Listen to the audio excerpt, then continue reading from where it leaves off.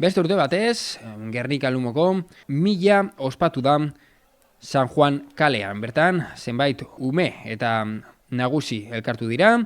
Eskolarteko lasterketaz gain nagusiagoak ere egon direla jakinarazi dute Gernika atletismoko kideek. 1000 batek dituen 1619 metroko zirkuitua egin dute. Nesketan, sub-16 mailan Amaia Feijo eta Alisa Beaskotzea sartu dira helmugan batera. Sub-18 mailan Irati Fernandez eta Maren Martitekik berdina egin dute. Absolutuetan Judit Otazua izan da irabazlea. Plazerra izan dela adierazi dute Gernika atletismoko kidek maila honetako korrikalaria etxeko lasterketan izatea. Inma Ruiz bigarrena izan da eta Ester Sarandona hirugarren iritsi da.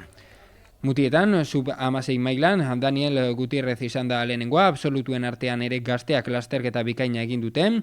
Sub-18 kategorian Ametxo Mantxizidor izan da lehena zirkuituko 4 itzulietan Gernika atletismoko kidek adierazi dutenaren arabera. Eta absolutu mutietan, Andoni Irasustei izan da irabazlea, Unai Lobato bigarrena eta Patrick Saitua hirugarrena. Azken metroetan, Andonik Unairi erasoa jo dio eta etxera eraman du 2025ko Gernikako 1000. Horrez gain, aipatzekoa da, arinago parte hartu duten ume guztiak nolako jarduera esaguratsua egin duten. Neska 6 mutilak elkartu dira Gernikako 1000, LH bat, 2, 3, 4, 5 eta 6ko neska 6 mutilak izan dira, eta baita DBH bat eta 2ko neska 6 mutilak 2018tik 2011 arte jaiotako gazteak.